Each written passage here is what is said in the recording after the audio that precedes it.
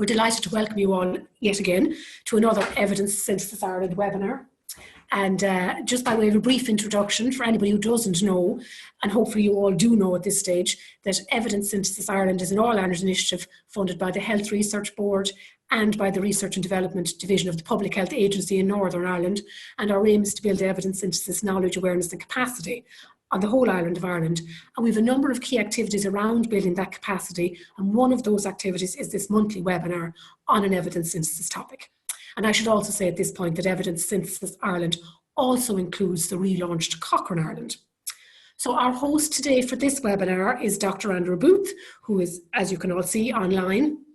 And Andrew has been a systematic review methodologist at the School of Health and Related Research in the University of Sheffield since 1994, having previously worked in various health information roles. Andrew is a co-convener of the Cochrane Qualitative and Implementation Methods Group and is an associate editor for Research Synthesis Methods. He has been one of the most, and is one of the most prolific authors on qualitative evidence synthesis methodology over recent years, including contributions to Cochrane and SCHARR guidance. And we really are thrilled to have him here. This is our third webinar, and we're delighted to have people who are so well known in the evidence synthesis field. Andrew is going to talk about various qualitative evidence synthesis methodologies. And just to say to attendees that if you want to ask a question about the presentation, select the question and answer section on the bottom menu and type your question in there. You can type away as we're talking during the presentation. If Andrew can see them and he wants to, he might choose to answer them as we go along. Otherwise, when we get to the end, I'll read them out. So we're going to have about 40 minutes of a presentation and then about 20 minutes of question and answers. So with that now, I'll hand over to you, Andrew, if that's okay. That's lovely. Thank you ever so much for that lovely welcome. And I'm looking forward to this session and having a face-to-face session later on in the year as a big fan of Evidence Synthesis Ireland. So I feel very honoured to be part of your first cohort of guest speakers.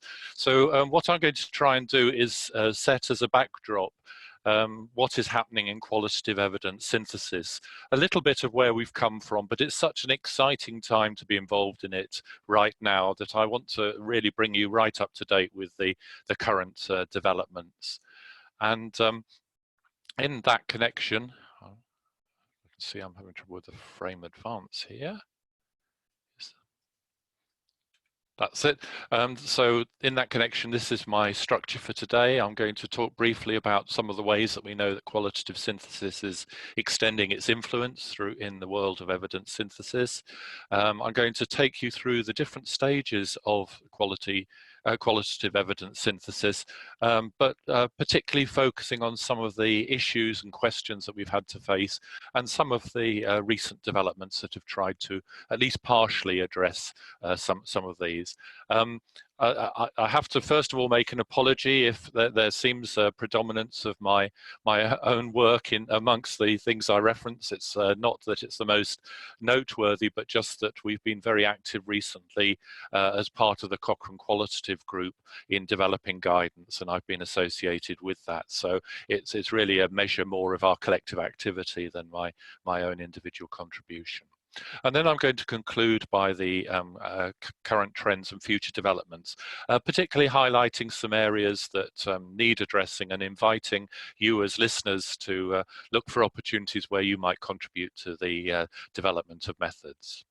So let's start with the definition. The two definitions that we have on the screen here are now fairly dated. You can see both of them are over 5 years old and one of them's getting on for 15 years old. The main thing to highlight here is that we are focusing particularly on the use of qualitative evidence. And I'll explain in a minute why we've chosen to highlight that rather than the term research. Of course, a lot of qualitative evidence is in the form of qualitative research studies. So we're not trying to exclude research, we're trying to extend it, if I can say that. So the first definition there, systematically trying to identify through searches qualitative evidence on a particular topic, and then the value of it, the synthesis bit, is drawing the findings from individual studies together. we always caution our students against just cataloguing studies, saying study A did such and found such and such. We're really looking at the collective contribution of them as a body of evidence. And then the second definition by McDermott there, it's about integration. It's about building up a body of work. And of course, what drives many of us is our desire to have an impact in the clinical fields, in health policy, in health service management, etc. And it's helpful to draw a contrast with quantitative synthesis. You probably know that as meta-analysis. In that case, the meta-analysts are trying to pull numerical results of individual quantitative studies. In contrast, qualitative evidence synthesis, or we have there another version of the term qualitative meta-synthesis, you're looking for themes or constructs. And these can either lie within individual qualitative studies, or more usefully, they can embrace several studies so that we have this idea again of synthesis and building up a body. But the main contrast, and this is a caricature, it's not a sort of infallible separation, but the main contrast is primarily we're interested in doing something interpretive rather than piling each study on top of each other, which is how we could conceive meta-analysis. We're trying to get a rounded out picture, an all-round picture, a bit like going into a museum and going round a classical vase, looking at it at every angle so that we truly understand that phenomenon. And I've already mentioned the debate about terminology. Within Cochrane, we prefer the term qualitative evidence synthesis, and that is because we think the methods that we're developing could equally apply to other synthetic bodies of evidence. So, for example, if you think of a patient bulletin board, that's lots of qualitative data, and many of the techniques that we've explored through qualitative research, we argue, could be applied to synthesizing other data sources. And just to get another piece of terminology out the way there, many of you may have encountered the term meta-ethnography, which sort of implies that you're synthesizing lots of ethnographies. Actually, this is a term for the most common type of synthesis, and it isn't limited just to summarizing across those qualitative research articles that are ethnographies. It can be used more widely, and I'll explain a bit more about its purpose later on. It seems customary in the field of synthesis to always have a graph of this particular nature that just shows the growth of a particular area. Of course, everything seems to be on a growth curve like this, but I can honestly say that the ascent of the curve is really accentuated within qualitative synthesis. You'll see this only goes, in fact, to 10 years ago, and that's because it comes from a study that surveyed the trends there. But in my role in Cochrane, I monitor every single qualitative synthesis that appears on Medline, and we're now talking in the region of 30 to 50 syntheses every week. And this was attested to by Thorne in an article that we'll come back to later, because it's been quite a controversial splash on the academic horizon. But again, we can see this incremental growth through the years, so that the cumulative number is now in the thousands. But we're not just interested in numbers, particularly as this focus is on qualitative research. If we look at the actual impact of qualitative evidence, we see a trend indicated by 2 articles within the last 2 years, one attesting to the value of qualitative evidence within WHO guidelines, and another one talking about the role of qualitative evidence synthesis within NICE guidelines in the UK, and more generally through other guideline bodies. So it isn't just the volume of literature, it's also the impact of it as well. And we see this reflected within Cochrane. The appearance of the first qualitative evidence synthesis, standalone I should say, first standalone qualitative evidence synthesis was in 2013. And here we have examples of the sort of reviews that, in this case, commissioned by the WHO, but to stand alongside effectiveness reviews from Cochrane. And later on we'll mention that standing alongside Cochrane reviews is just one way of handling it. We're also interested in how you actually can integrate the two within the same review, which is more of a structural challenge. And a very powerful reason for thinking why would we want to introduce the qualitative component. If we think of any Cochrane review and the process by which it's made, very often this is about taking a very rich context in which an intervention has been implemented and then stripping it down to its numerical and descriptive characteristics. And that's been described as just using the bare bones. So you could view the qualitative evidence synthesis that myself and many across the world are involved in as an attempt to put back the context, or put back the messy context and flesh onto the bones that have been covered by our meta-analyst colleagues. So if we were to look at a qualitative evidence synthesis, it would resemble very closely what you would be familiar with as a systematic review process. There's very little here other than the specific mention of synthesizing qualitative findings that is unique to systematic review of qualitative research. And this is where I sort of reveal all. Where I say that 10 or 15 years ago, when I was teaching qualitative synthesis, I used to fall back on saying, well, essentially it's like a quantitative systematic review, but until you get to the synthesis stage. But now I've completely revised that. There are similarities, as we will see, from all of these stages, but actually each of these stages is now substantively different, either modified or using something completely different. And so my starting point now is that these are essentially different activities that just share a common heritage or structure. And this is nicely illustrated by some work a colleague of mine, Ruth Garside, has done, and I hope you'll have her as a speaker in the future. But for her PhD thesis over a decade ago, and she'll thank me for reminding her of that, we have this particular diagram which shows the activities that take place within a qualitative synthesis.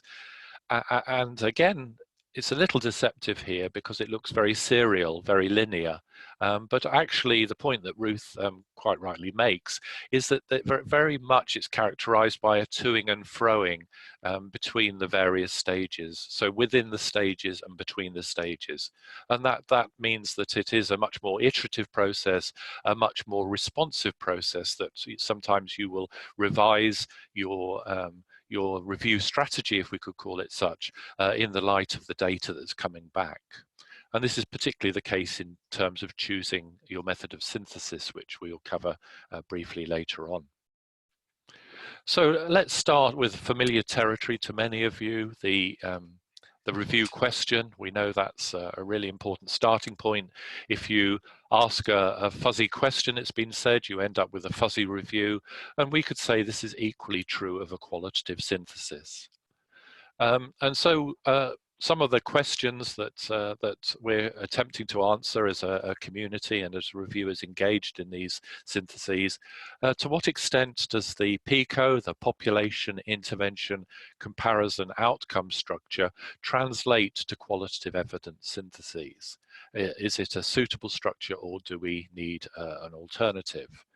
But at a deeper level, we could take a step back and say, for a qualitative synthesis, do we actually start with an anchored question around those four characteristics?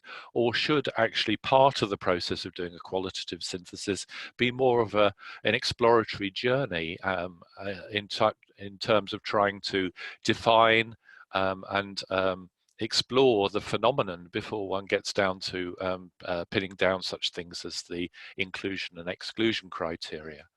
And this is where we may well find it helpful to look at primary qualitative research, the way that there, in a grounded theory approach, it may well be that the specific subject of inquiry emerges from the initial stages rather than being predefined.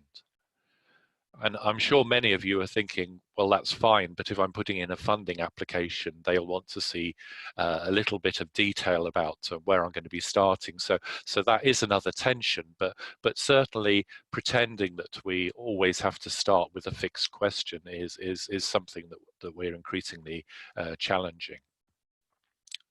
Perhaps another issue, because some of you will have a quantitative systematic review background, is if I'm doing a quantitative review and a qualitative review on the same topic, would they have the same bounds? Would they have the same boundaries? And related to that, do we need new frameworks for structuring our inquiries for qualitative syntheses? So there we just have 5 questions about questions. It gets very incestuous here, but hopefully I'll be able to point out why these are important questions. We did some work recently for the WHO on complex interventions and the use of qualitative evidence synthesis, and we identified limitations. We found in the region of 38 frameworks for formulating questions, including PICO and other similar formulations. And the elements that were essentially missing that we thought failed to take into account the needs of qualitative evidence synthesis and complex interventions were the context, which of course is very important in qualitative research, and the perspective. And so if a question framework that you're planning to use in a qualitative review doesn't have those components, it could arguably be said to be limited, and perhaps, if we go to an extreme, perhaps not fit for purpose if it doesn't incorporate those ingredients. Here are some of the 38 variants. I sometimes call it the menagerie. We have versions called Peacock, invented by Mark Pettigrew. We have a version called Spider, which the list doesn't quite go down that far, but I was guilty of inventing that for mixed methods approaches. But others enjoy such frameworks as Cocoa Pop, Eclipse, and some of these that you almost can't even pronounce. So we've got PIRD, which I'm not sure quite how one would say that. So these are the existing question frameworks, and so we were trying to see which ones of these might we use, and we narrowed the list down. And perhaps unsurprisingly, we proposed another way of defining a qualitative evidence question. We proposed this and we gave an example, but it is still being tried out in practice, so it's very experimental.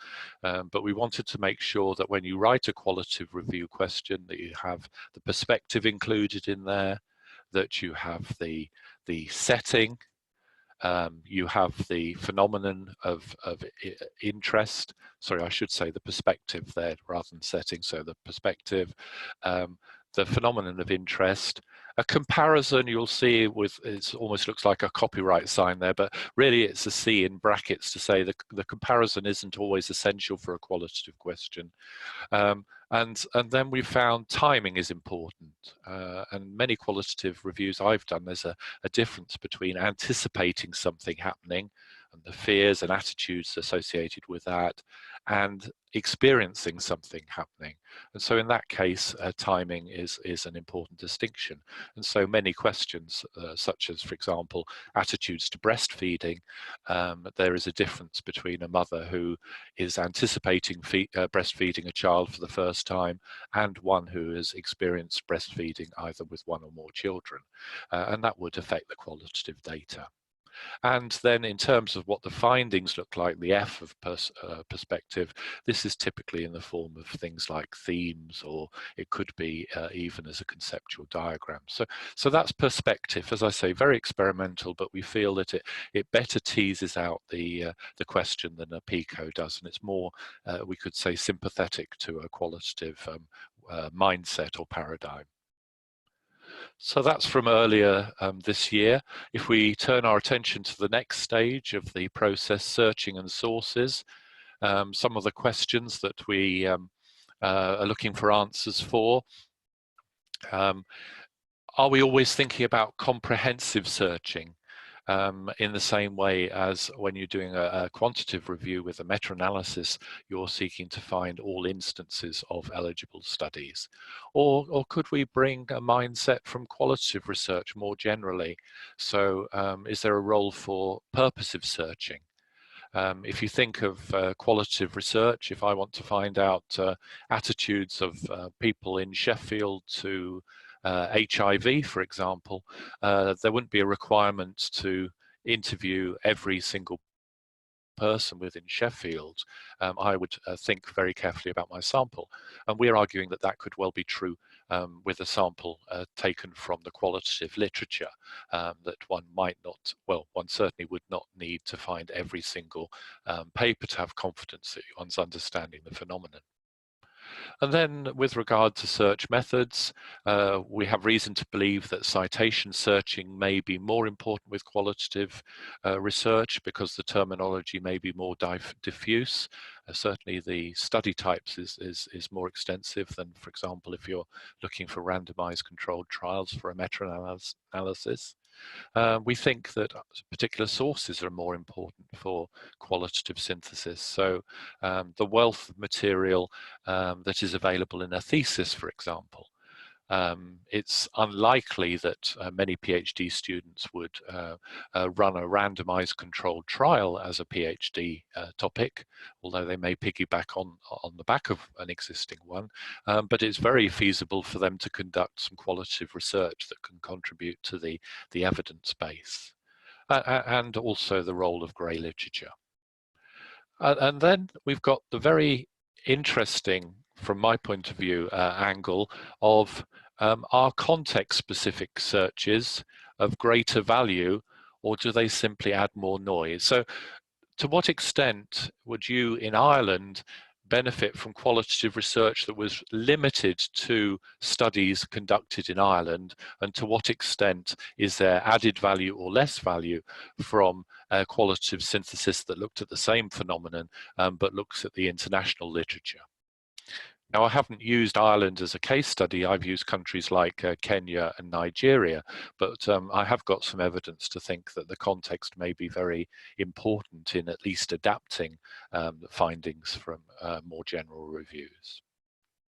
So those are some of the questions. In terms of the answers, well, the thing that struck me several years ago was that we didn't really have a single source that summarized what we already know around searching. So to support the Cochrane revised guidance, which we were working on at the time, I conducted a structured methodological review.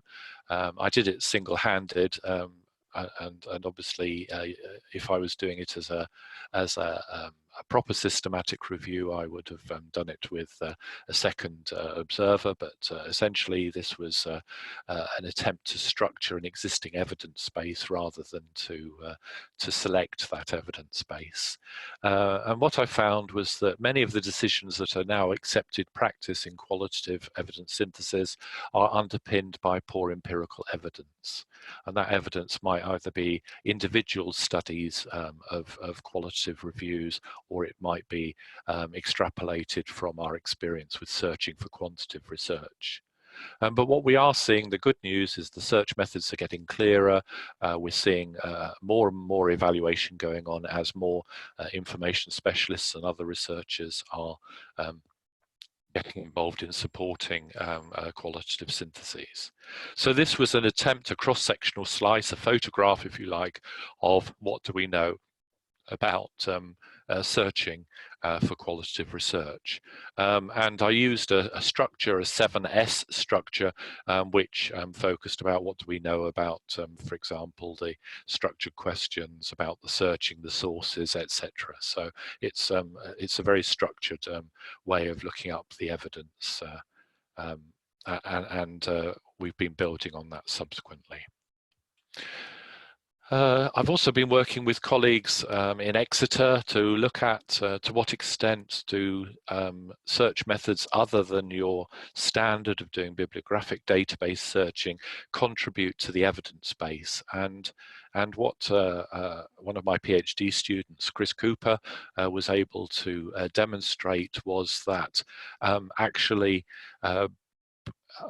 running those supplementary search methods earlier on in the process, rather than starting with the bibliographic search, may well be a better way of getting into the literature base, and ultimately may be more productive. And this article is particularly interesting because information specialists tend to stop at the point of having identified the literature. This study actually then made an attempt to assess the contribution of that literature. So what was the impact of these decisions on the findings of the review itself? So it went that little bit further in looking at the value. Some more research that's been going on, not by myself in this case, but picking up on something that I've been championing in the literature for quite some time, is the use of purposive sampling. The biggest barrier at the moment seems to be that journal editors and peer reviewers would usually expect a systematic review to be comprehensive in terms of its searching. And as I've said, that's a questionable assumption, but that doesn't change how people feel. So here are the first two studies, or certainly the first two studies I know of, done by colleagues, one from the Cochrane Qualitative Methods Group, Karen Hannes, and by colleagues involved in Circle, Claire Glenton and Simon Lewin, that looked at what the implications of purposive sampling are in the context of specific qualitative syntheses. And a further paper, this one is under peer review at the moment, so it may well never appear and contribute to publication bias, but certainly it's an interesting issue that I presented about at Cochrane. If people do an international review, so looking at studies across many countries, by their very nature, they're going for breadth rather than depth. If you do a country-specific review, then you're going for depth over breadth. And this is an attempt to say, what are the competing merits of those approaches? And obviously, in the case of a multi-context review, that has implications in terms of a wide variety of databases and sources that you would search. In a country context, it would mean you would go to repositories of the universities of that country, go to national registers and that sort of thing. So they're two quite different strategies. And it's not a case of one being better than the other, but really thinking very carefully about the relative contributions of these two different approaches. So there will be circumstances where in Ireland you'll want to review the international literature. There'll be other instances, more context specific, where you'll only be interested in cases generated within the Irish healthcare system in qualitative terms. I'm very aware that I'm galloping on, but please be assured that we will return to questions, and I've timed the presentation so that you'll have ample time for questions. So as they say, hold that thought. We're about halfway through the review process here. So task number 3 is quality appraisal. And here, in contrast to some of the other areas where we have a shortage of information, in this particular case, we have a surfeit, an excess of information. There are hundreds of qualitative checklists, and I'll illustrate that in a bit more detail shortly. But are they fit for purpose? Which are the bits of the qualitative checklists that are the essential questions? And when we look at new methods, like, for example, doing a grade SCHARR assessment to rate the strength of findings, is it helped by a particular type of checklist, not necessarily a single checklist, but a sort of one that has certain generic properties? And hot off the press, I think it was last week, we announced this article had come out. Some work we did with a Cochrane grant. It rejoices in the name Camelot, which gives a lot of potential for very poor puns.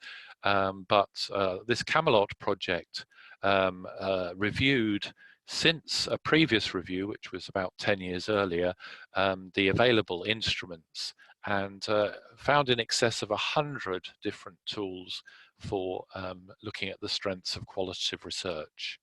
And incidentally, I've just received a review invitation to peer review yet another of these, and I would strongly question whether we're in a position to need more tools, or whether we want to actually come up with something a little bit more sensible in limiting the available choice.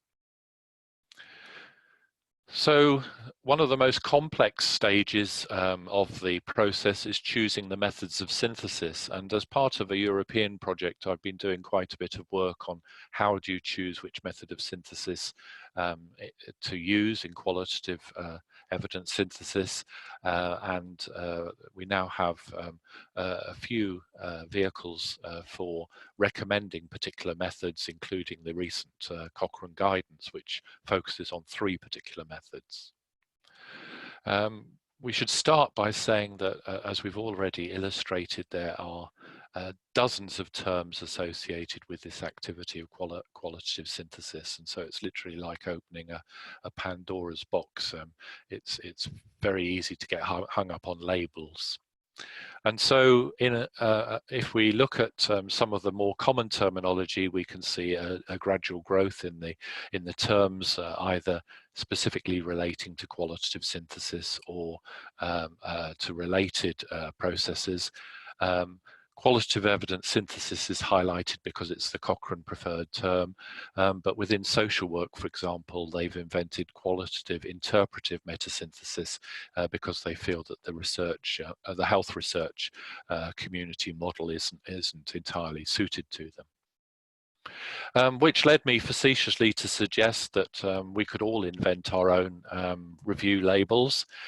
So you essentially, if you'd like to play this at home, you take one word from each of these columns and hey presto, you've invented a new method of synthesis, and a large number of those would be qualitative. And inspired by this, a colleague has devised this wonderful Twitter site that every hour invents a new form of synthesis. And so if you have nothing else to do with your life, then you could each hour receive a newly invented label that looks alarmingly plausible as a method, but actually is constructed from that sort of table that we've got there.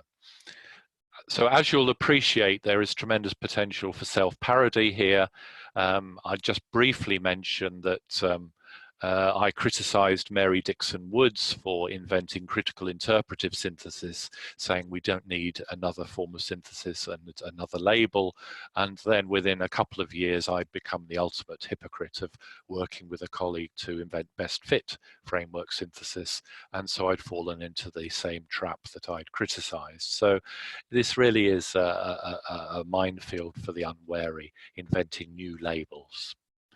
But more importantly is what the methods are. We need to get away from the labels and think about the methods. So questions that you may well be asking is, how do I decide which method of synthesis to use for a particular qualitative review? can metaethnography, which is one of the more theoretical oriented methods, be used for something very practical, like producing SCHARR assessments that underpin recommendations for policy and practice? And then there's the whole industry that that now there are so many syntheses around that we're starting to face contemplating updating existing syntheses. So how do we go about that?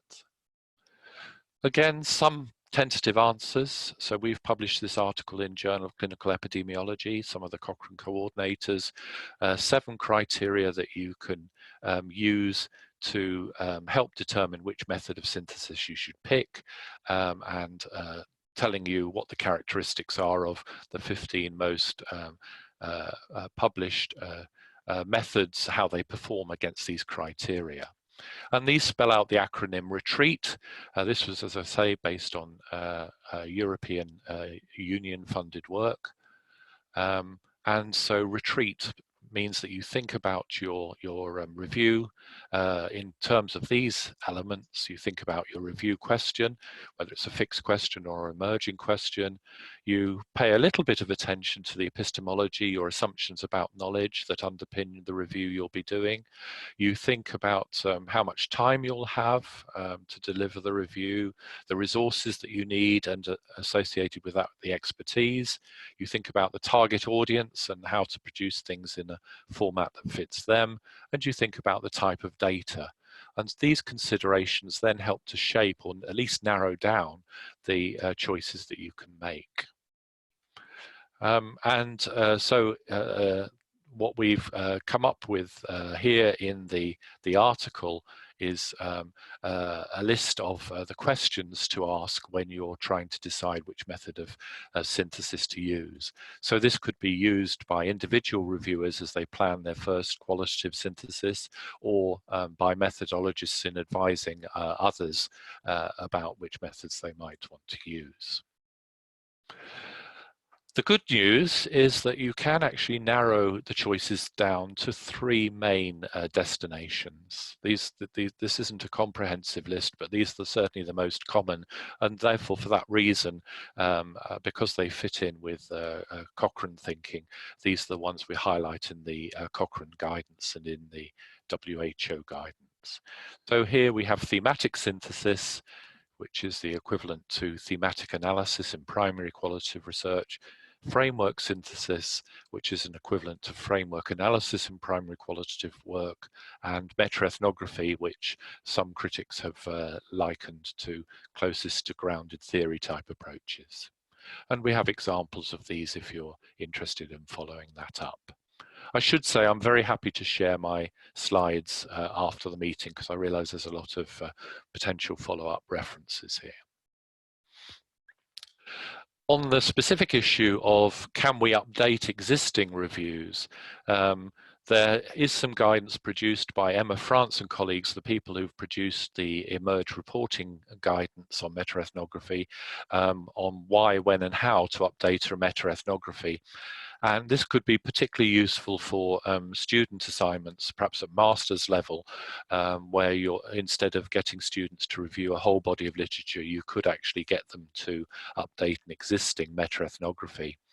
The analogies we use include such differences as building an extension onto the side of a house, and knocking the house down and using some of the materials to rebuild a new house.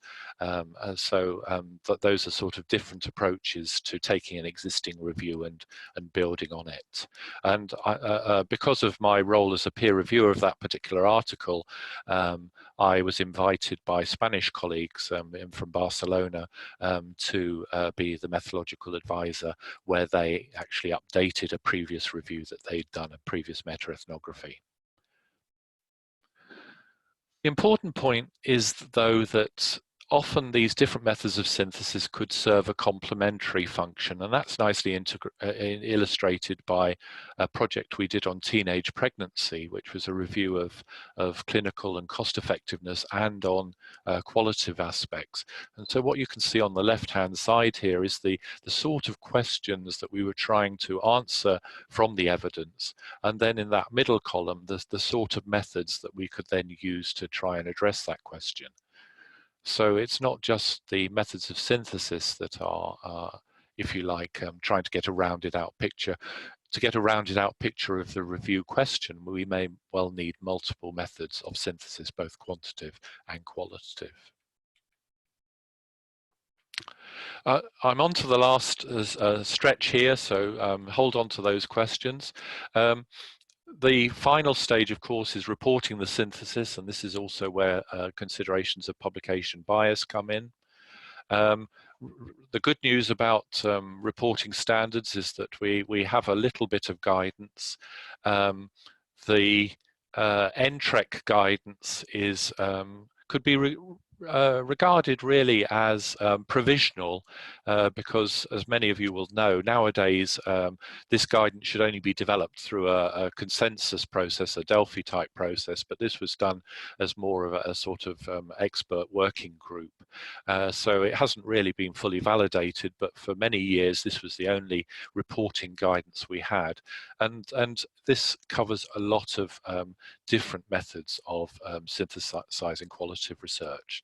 So if you're used to going to Prisma to report your quantitative review, NTREC is very similar to Prisma, but interpreted through the lens of Prisma for qualitative synthesis.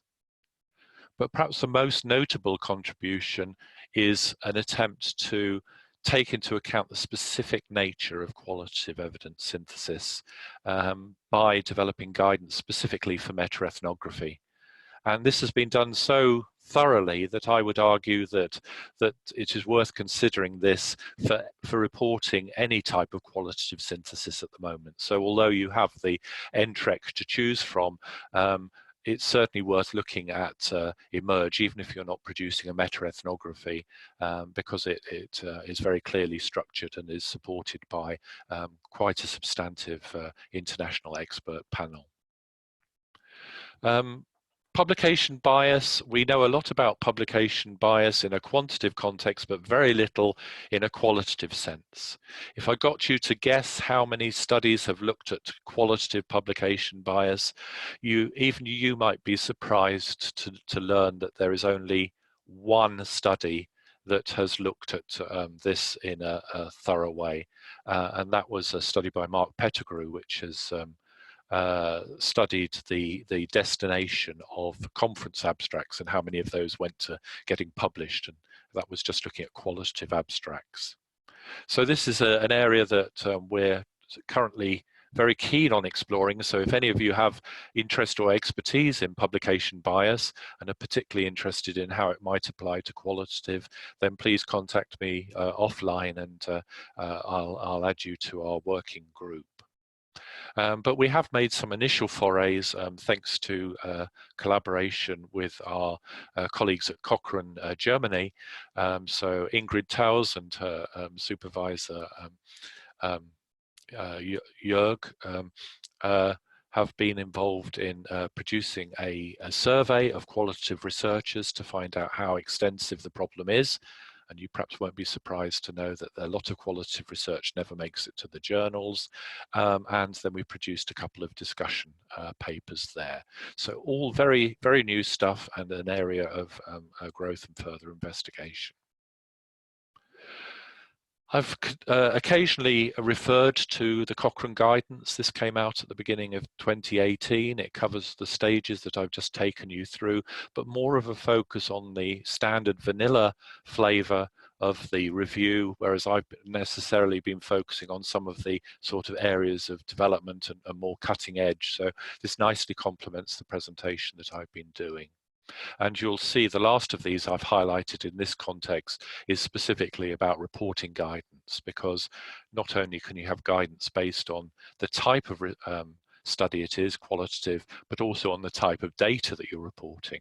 So there are guidelines for implementation and for reporting process evaluations.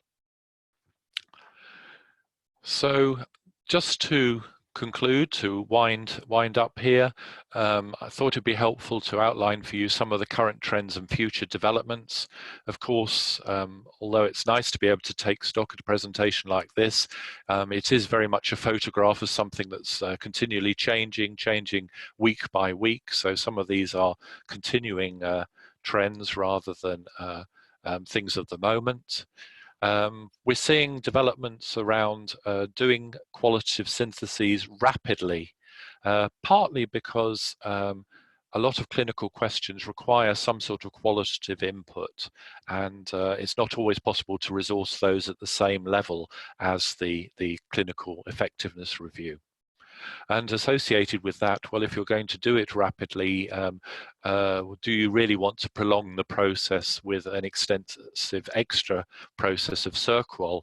And so we're exploring whether there is a potential for SCHARR light. So if you like, a slimmed down version of SCHARR specifically for use with rapid qualitative syntheses.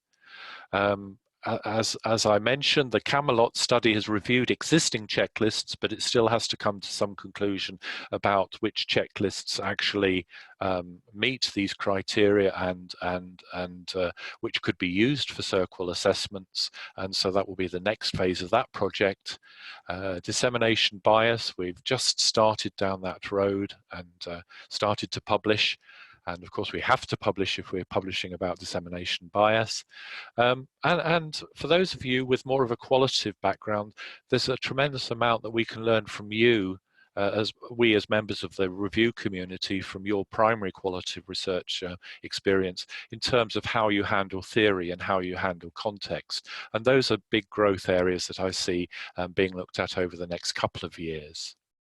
But if you're in search of the Holy Grail, if if I'm not being too irreverent there, in terms of something to occupy your research agenda for the next 5 or 10 years, then the big issue that we're grappling with at the moment is about mixed methods and how we can integrate quantitative and qualitative side by side, not just reported together, but actually integrated fully so that they can help inform decisions. We have made a little bit of progress around rapid qualitative syntheses. A colleague of mine, Fiona Campbell, has reviewed the existing examples of rapid qualitative syntheses and also found out that there is no methodological guidance out there telling you how to do these. And that article has now gone to press and should appear in the next couple of weeks. A lot for you to get your head round, and I thank you for tolerating this rather sort of rich and very fast trot through what is a very large area. But I would point you to the Cochrane website as a starting point, both for some of the activities and publications we produce, but also for training opportunities such as the SCHARR course that I run annually here in Sheffield, a 3-day course. And I say that in full knowledge that actually things have been revolutionized recently by Evidence Synthesis Ireland, who has run a whole platform of qualitative focused events. So you're becoming very well placed in Ireland to do further training on the back of this particular introduction. We should end by acknowledging that this activity is not without controversy, and that there is the danger that if you do this particularly quickly, but not so much quickly, but badly, that you end up producing something that's a stitched together form of qualitative synthesis that becomes like Frankenstein's monster. The very things that we're looking to add by doing it well an understanding of context, an addressing of theory, are the sort of things that could be very tempted to be stripped out if one is doing it in an oversimplified way. We acknowledge this, but this is a little bit like someone being a fan of a rock band until that rock band becomes popular, and then bad-mouthing anyone who follows that rock band from this point onwards. Now it has become more popular. So we have to take these sort of offerings with a pinch of salt, but certainly it was helpful to get these issues out in the open here. So it's not so much a criticism of the activity itself, but it's an indication of doing it in a way that fails to harness the full richness, the gorgeous and evocative depth and details of qualitative research, and we certainly don't want to undervalue that contribution. But in its right place, done to high quality, useful insights can be added. I think of my own examples where, for example, my understanding of appointment reminders has been enhanced considerably by looking at the qualitative evidence and seeing that it's much more helpful to think about appointment reminders as being for the benefits of the clinic rather than being for the benefits of the forgetful patient. If you're interested in choices around particular methods, there's a video that was produced within a Cochrane context that looks at the three main types that are highlighted. So it's not all about reading here, you can have a video. But I would end by encouraging you to think of the complementarity, not the adversarial status, but the complementarity of qualitative research and the importance of the bit that very often gets missed out if you do it very quickly, which is the interpretation. And so this is nicely indicated by this cartoon that indicates that these are in fact complementary paradigms. So that is the overall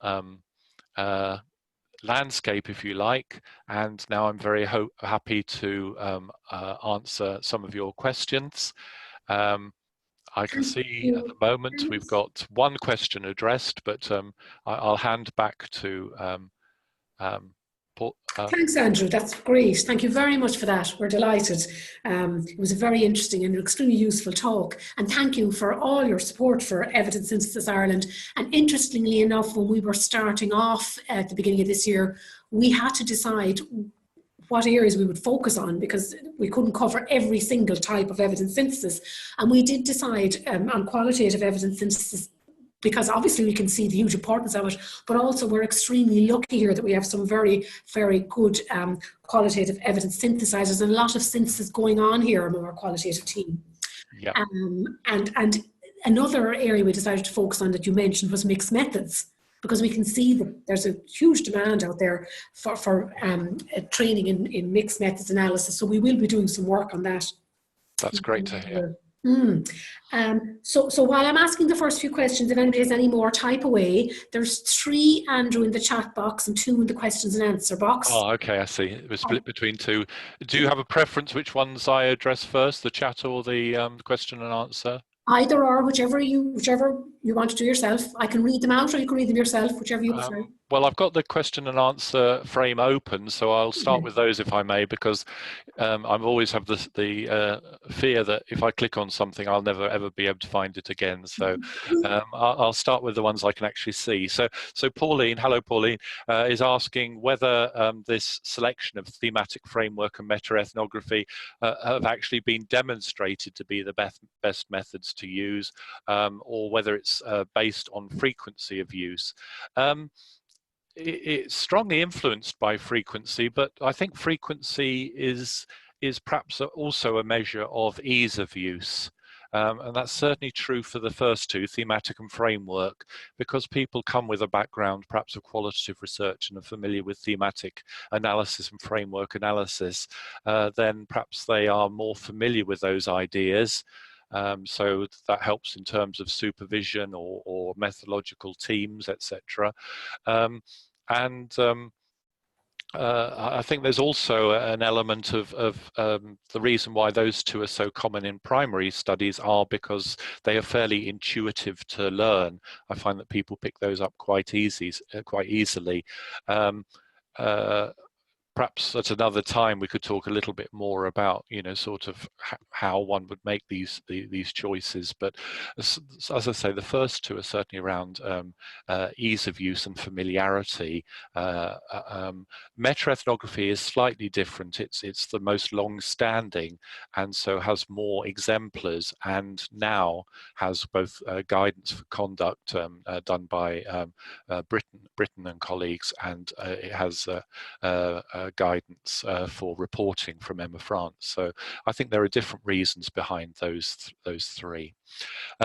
Okay, Mike, any advice for using methodological search filters when searching for qualitative studies?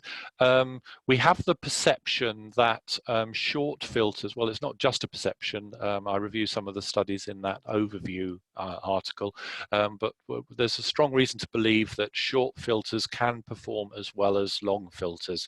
In other words, certain words are very likely to appear like qualitative and findings and interview. They're very likely to appear, and therefore adding additional words to the filters may only be retrieving those studies again and again. So there is an evidence base there. I would refer you to the article so that I'm not giving you a sort of shorthand version of it. But in terms of finding those, as you're probably aware, there is a filter site called ISSG. So I'll say that again, ISSG. So if you type in ISSG search filters, it actually shows you the different filters to choose from and also gives you a critique of those.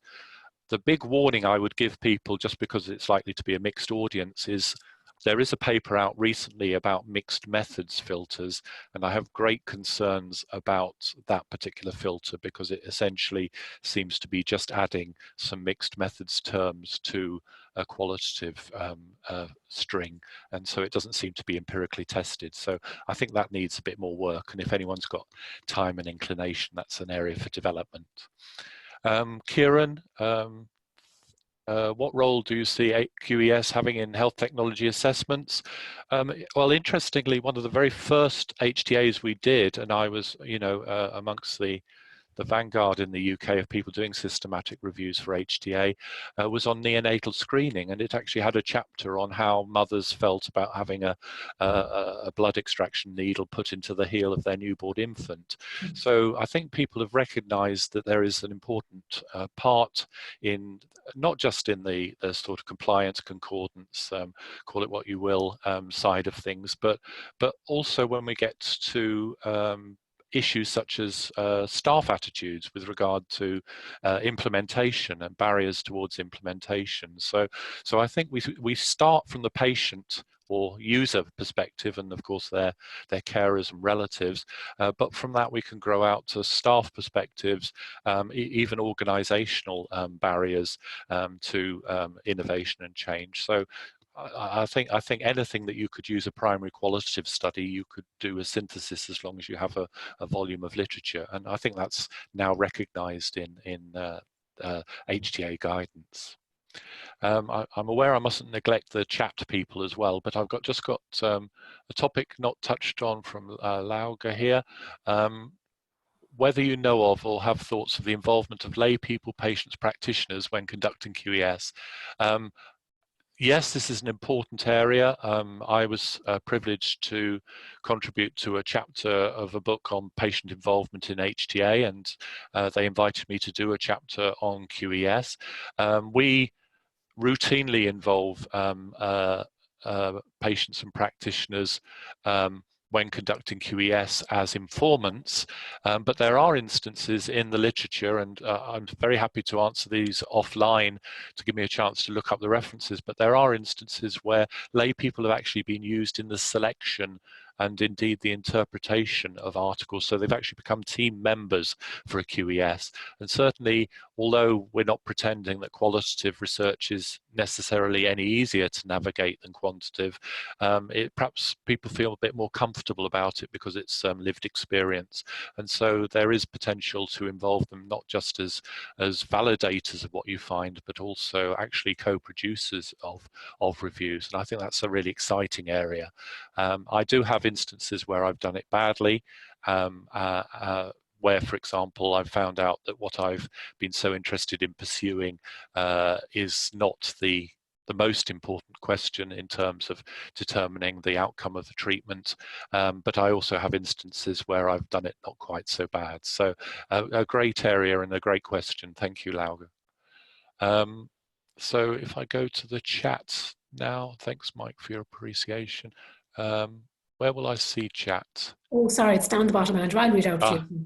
Oh, if you would do, that would be nice, yeah. So the question, first question in the chat is, does the same frameworks discussed for developing research questions, searching and synthesis apply for mixed method reviews? Right, well, I have been involved in one specifically proposed for mixed methods reviews, and that's called SPIDER. I have to say that although I was very pleased to come in at a late stage and advise on that project, I'm not entirely sure that we have reached the final destination. It was a useful stage along the way. I have a feeling that the one that I introduced you with, perspective, if used in conjunction with PICO, might well be a good way of matching the two. So I have ranged in the article that I shared the reference for PICO alongside perspective, and it seems that having the two together side by side so that you're integrating from the question point onwards could be a useful thing to do for mixed methods. But if you're looking for the single one that has been proposed for mixed methods, then it would be SPIDER by Alison Cook and colleagues from about 4 or 5 years ago. And as I say, I was a co-author, and that's Cook with an E because it's quite a common name, obviously. So Alison Cook. Okay, thanks, Andrew. And then the next two things in the chat room are I'm paying homage to you. The first one is thank you so much, Andrew. That was so comprehensive and clear. So many exciting developments ahead. What a great community to be part of. And then from Manuela, she said, thank you for an excellent presentation, Andrew. It was very helpful. And I'll just check back into the question and answers box just to see if we have any new questions. No, we've no new questions. Anybody else have anything they'd like to ask? So no, I think that's the end of the question and answers. So there aren't more questions than answers. My presentation was wrong. The presentation obviously was very, very interesting. It a lot of questions. And thanks very much to everyone who engaged so much and posed those questions. It's really helpful. And a huge thanks obviously to you, Andrew, for the amount of effort and time you put into that for us. For anybody who did attend, I'll put this up on a recording of this up on the ESI website within the next 24 hours, and obviously then you'll be able to see the slides again if you want to. And if you watch out for our monthly webinars on our website or in our newsletter or on Twitter, and just to say we're taking a break now for July and August because it's not fair to be asking very busy people to be presenting for us over the summer. So we'll take a break and we'll start again in September. We have webinars set up for September, October, November and December, and we put them up on the website about a month before they're due to go. And if I could just add that I hope that I'll have the opportunity to meet some of the people who've tuned in today when I'm over in Galway in September, which I'm really looking forward to. So if I've just had your questions or just your attention now, it would be even better to engage with you further when I'm actually physically over in Galway later on this year. And we're really looking forward to that. It's great to have you. You've been such a great supporter of ESI. We're always delighted. So with that, I think we've just reached the 1 o'clock mark. So thank you very